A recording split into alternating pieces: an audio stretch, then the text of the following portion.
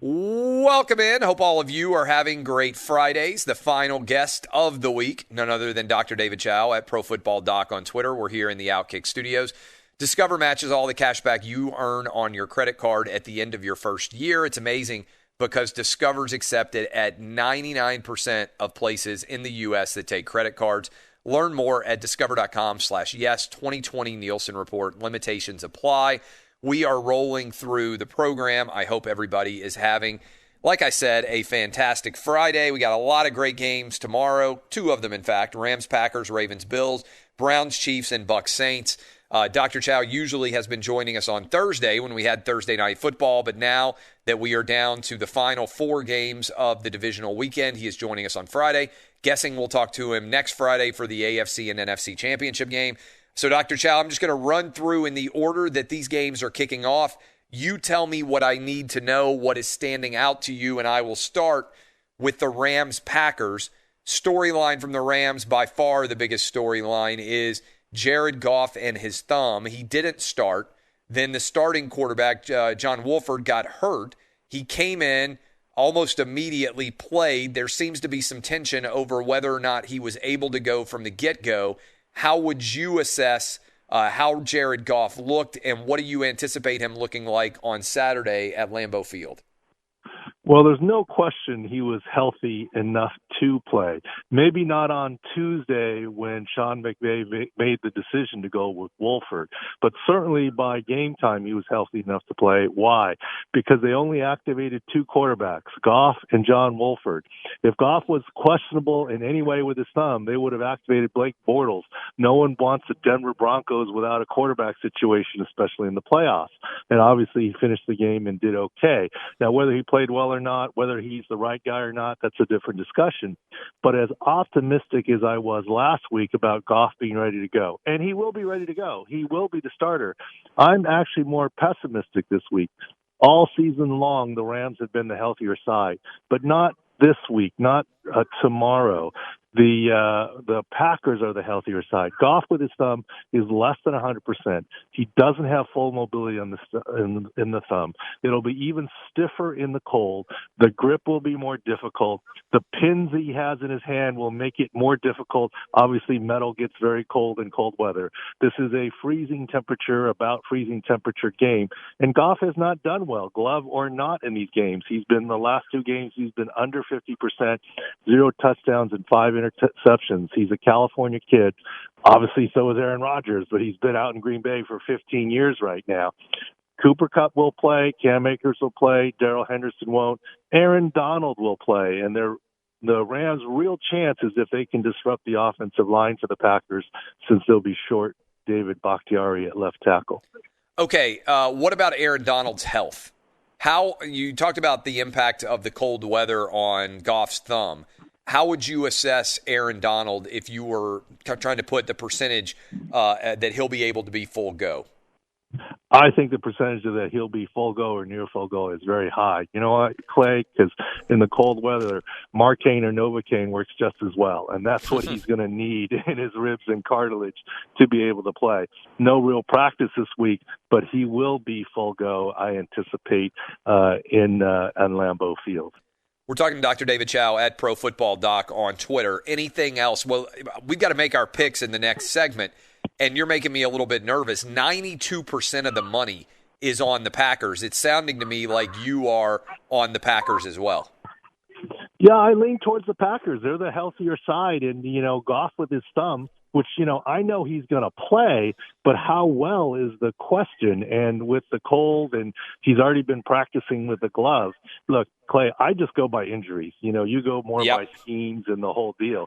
So I'm just saying by injuries, the Packers are the healthier side, even without Jared Veldheer coming in at left tackle from the Colts. And by the way, there's still an outside chance he could play if he's determined to be a false positive, which is a possibility at this point in time.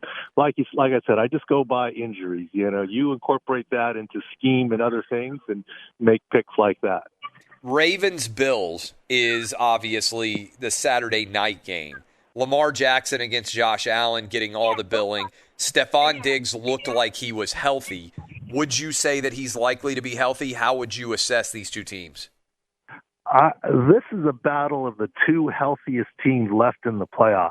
Number one, Bills. Number two, the Ravens, the two healthiest squad. The Bills don't even have Stephon Diggs or Cole Beasley on the final injury report. They're going to go and play. The only person they're really missing of any substance is Zach Moss, who's out for the rest of the season, rest of the playoffs with his high ankle sprain. The Ravens are pretty healthy, too. The main one they're going to miss still is Ronnie Stanley, their left tackle. But Marcus Peters is questionable, but I believe will play. He just recovered from a calf. Now it's his back. Calais Campbell is back with his calf. Matthew Judon will play through non-COVID illness.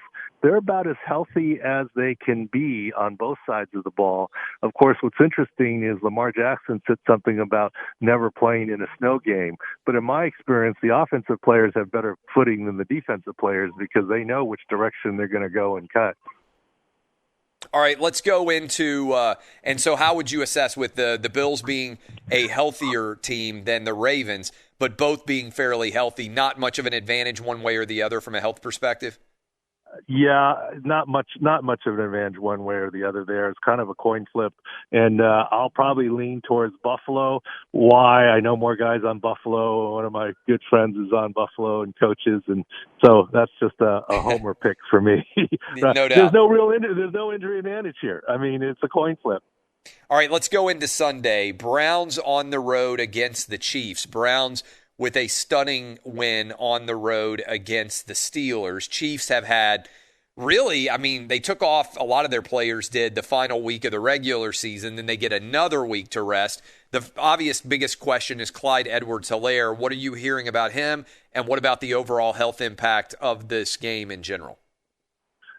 Well, it's been my thought since week 15, late in the game when he got injured with his hip and ankle, that he would be ready for the divisional round of the playoffs.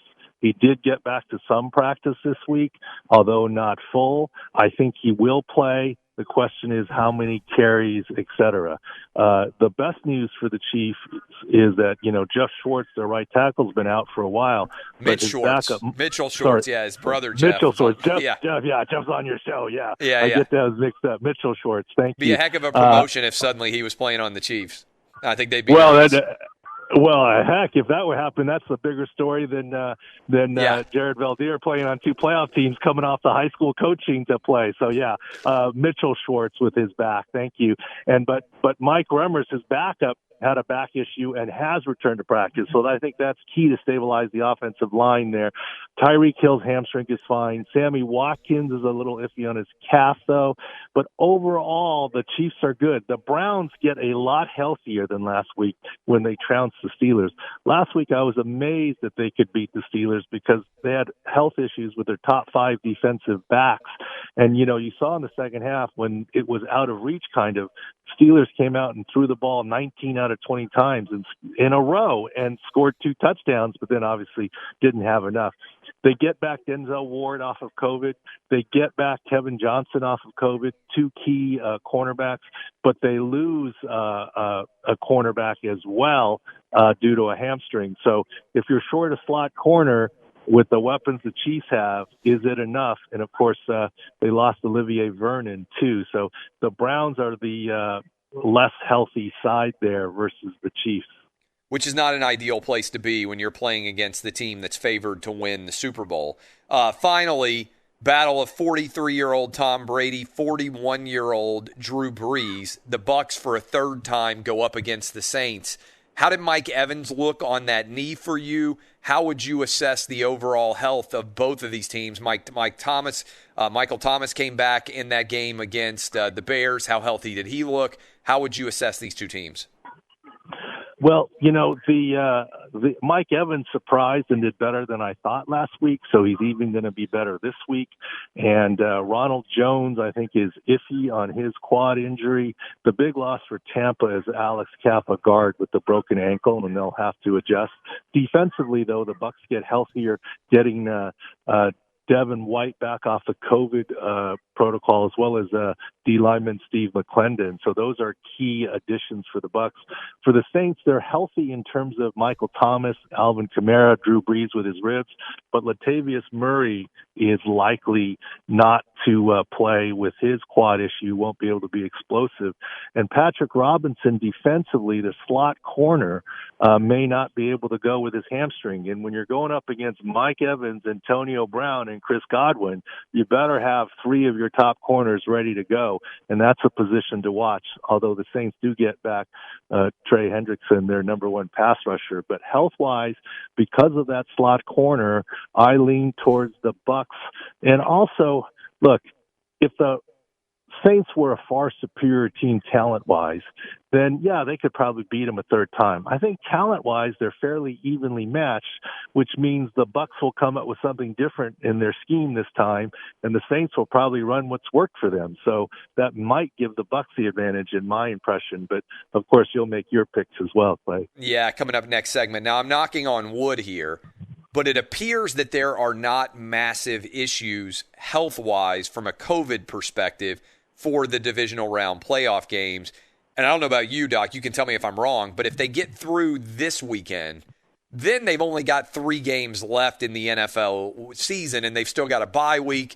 You feel like there's actually decent chance that this thing's going to come off and they're going to be able to play without disastrous COVID-related cancellation or guys having to sit out who could have a substantial impact. No question. And it's always been the pattern that as the playoffs go on, the healthier teams are the ones that survive, right? Yeah. And so we, in general, get healthier. Look, the 49ers weren't going to make it. The Cowboys weren't going to make it. The Eagles weren't going to make it. They were among the more injured teams this year. But the healthier teams survive. And for COVID perspective, first of all, as you have less teams in the playoffs, there's less games, there's less chance for disaster. But also, I would hope that those players and staff would really buckle down, right? I mean, the time to do something silly is not before the conference championship game and not before the Super Bowl, right? That's the last thing you want to do, pop positive and miss. I would imagine if I were so lucky to be in that position, I'd be on very strict lockdown just because, not because of being COVID fearful per se, but just like I don't want anything to ruin my chances of participating in such a big lifetime event, which you work for all year, so that you really hunker down. Yeah, that's a great point. We're talking Dr. David Chao at ProFootballDoc on Twitter. I know we just ran through all of the NFL, but I've got an NBA question for you. Kevin Durant now has come back and played a lot of games. I don't know if you've gotten very much of a chance to watch him so far. Does he look like he's back to the same Kevin Durant before he got injured in the finals against the Raptors? I think physically his health is fine, but is he the same guy? Not quite yet. Part of it is just, rust and getting back into it. When he hurt his Achilles, I think there was little dispute. He was essentially the best player in the league at the moment. Even on the Warriors, the ball went through Kevin Durant, not Steph Curry, at the time that he hurt his Achilles. And I don't know that he has that complete dominance yet, but there's no reason he can't get it back. And if you remember a while back, on OutKick and on Fox Sports Radio, when people said, oh, Achilles, his career is done, I said, no. Kobe was the outlier because he was older. Look at Dominique Wilkins. I fully expect Kevin Durant to regain his old form. I think physically he's getting there, but of course, just flow of the game and rust, he's still not quite fully the number one dominant player yet, but I think he can get there physically. Another question that I want to ask you, let's presume we get to the Super Bowl, right? Whichever 2 teams are there. If they came to you and they said, hey, we've got 2 weeks until this game is played, what would you suggest to make it the best possible scenario so that we have no COVID issues for the Super Bowl? Would you suggest bubbling the 2 teams maybe in Orlando near, the reason why I'm asking, I kind of floated this idea, near where the wild world of sports where the NBA had their event, and then you could drive the teams over to Tampa for the game itself? And do you think the NFL will make any adjustments once they have a neutral site venue where the game's going to be played, as opposed to right now, you already have one team that is basically by the home football stadium. The other team has to travel. What do you think happens when both teams travel? Well, I don't think the NFL is going to bubble up. They're not going to come in like on Sunday before the game, like in usual Super Bowls. They're going to come in much later. I think teams will be diligent at home. You got to remember, travel for you and I might be a much bigger deal as you're in public places and, you might be three across on an airplane. Travel in the NFL is not on Southwest Airlines, no offense. Yeah. Nobody's in the CC group in the middle seat.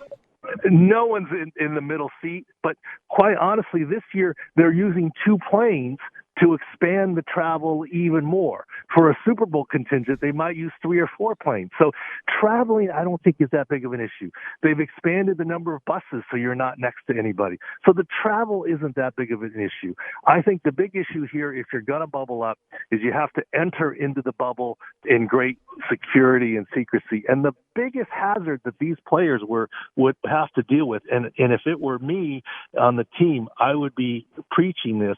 I understand you've got family and friends. I understand they all helped you get here to the Super Bowl. But they're the ones that are also going to potentially, inadvertently, with contact with you, prevent you from playing in the Super Bowl. So no offense, hug your kids, but, but keep your distance as well, because that's where it's going to come from. And that's what you just don't want to have happen the day or two before the game. And all of a sudden you turn positive because you spent time with that aunt or uncle that you love. But, it is what it is. I think that's where the diligence needs to be.